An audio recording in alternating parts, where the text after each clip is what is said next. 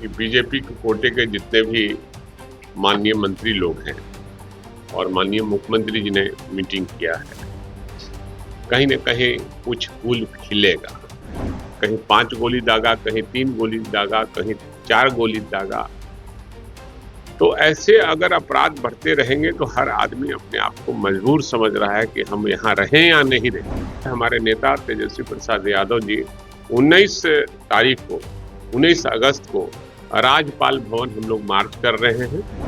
Sir, कल CM सम्राट BJP के नेताओं के साथ, मंत्री के साथ केवल बुलाए और सीक्रेट मीटिंग किए। ना तो कोई जेडीयू के दिखे, ना ही कोई अन्य दल के मंत्री, भाजपा को। क्या कल हमने भी देखा है, सुना है कि बीजेपी के कोटे के जितने भी माननीय मंत्री लोग हैं और माननीय मुख्यमंत्री जी ने मीटिंग किया है, कहीं न कहीं कुछ फूल खिलेगा, ऐसा हमको प्रतीत होता है। और सीक्रेट मीटिंग क्या है, मंत्रिमंडल में शामिल सभी मंत्री जानना चाहते हैं और जो उसमें शामिल लोग हैं एनडीए में जो भी दल, वो भी जानना चाहते हैं लोग कि आखिर सीक्रेट मीटिंग क्या है। तो उसका खुलासा अभी तक नहीं हो पाया है और बीजेपी के मंत्रियों के साथ ही माननीय मुख्यमंत्री ने बैठक किया है। अब लगता है कि कुछ फूल खिलेगा। जदयू के मंत्रियों को नहीं बुलाया गया। यही तो बात मैं भी कर रहा हूँ कि जो एलाइज पार्टियां हैं, जो एनडीए में घटक दल है, उसका न बुलाकर बीजेपी के कुछ मंत्रियों को बुलाया गया है। कहीं ना कहीं मामला लगता है संगीन है। नहीं, कैसे उसको ऑल इज वेल कीजिएगा? अंदरूनी कुछ मामला है जो अपना एजेंडा को ये लोग अपना लागू करना चाहता है। एक मंत्री ने कहा कि देख रहे हैं मुंह में खिला है, खाना खाते हैं। एक मंत्री नीतीश मिश्र जी मीडिया की तरफ देखे भी नहीं, कि सामान था गाड़ी में बैठ के निकल गए। एक मंत्री ने कहा कि तिरंगा यात्रा में शामिल हुए किसी अलग ने कहा रूटीन रूटीन बैठक तो सभी मंत्रियों के साथ किया जाता है। अब अलग अलग दल, अलग अलग मंत्री अपने अपने मंत्रियों की बैठक करेगी तो समाज तो जानना चाहती है ना कि आखिर बैठक काहे के लिए हुआ, या बिहार के विकास के लिए हुआ, अपने पार्टी के विकास के लिए, क्योंकि अपना एजेंडा को लागू करने के लिए।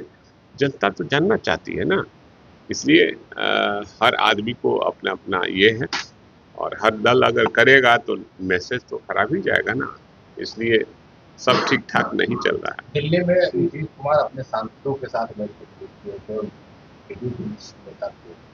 क्या अलग अलग दौर में चल रहा है उन लोगों का बैठक, कहीं ना कहीं खिचड़ी पक रही है और हमको लगता है कि माननीय नीतीश कुमार जी के आजू बाजू रहने वाले लोग उनसे क्या क्या करवा रहे हैं आप लोग भी देख रहे हैं। अलग अलग खिचड़ी पक रही है तो विपक्ष को ही फायदा मिलने जा रहा है। देखिए, हमको विपक्ष को इनके टूटने और बिगड़ने से नहीं, हम अपने मेहनत के बल पे और जनता की इश्यू को लेकर चलेंगे।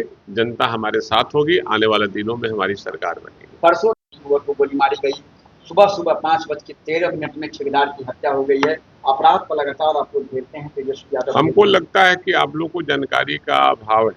3 ही हत्या नहीं हुआ है, लगातार इस सूबे में अपराध का ग्राफ बढ़ता चला जा रहा है, रोज हत्या का दौर चल रहा है।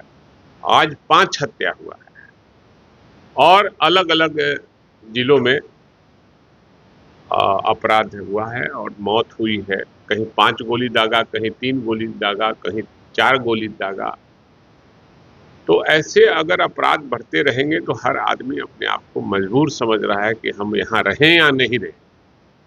इसलिए मैंने आप लोग के माध्यम से माननीय मुख्यमंत्री से कहा था कि अपराध पर लगाम लगाइए और जो पुलिस है उसको चिन्हित कीजिए, वो भी उसमें शामिल है, अपराधियों के साथ मिला हुआ है। आपका पुलिस प्रशासन के लोग भी जमीन का कारोबार आजकल कर रहा है। आपका पुलिस विभाग के लोग, अधिकांश पुलिस के जो वर्दी पहनकर जमीन का कारोबार कर रहे हैं, अपराधियों से मिलकर और जमीन माफियाओं के साथ, और हत्या इसी में हो रही है।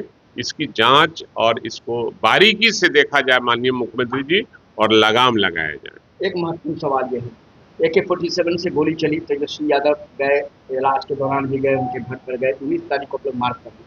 रात में कल शाम में एक बड़ा फैसला राष्ट्रीय पुलिस मुख्यालय ने डीजीपी के निर्देश पर लिया है।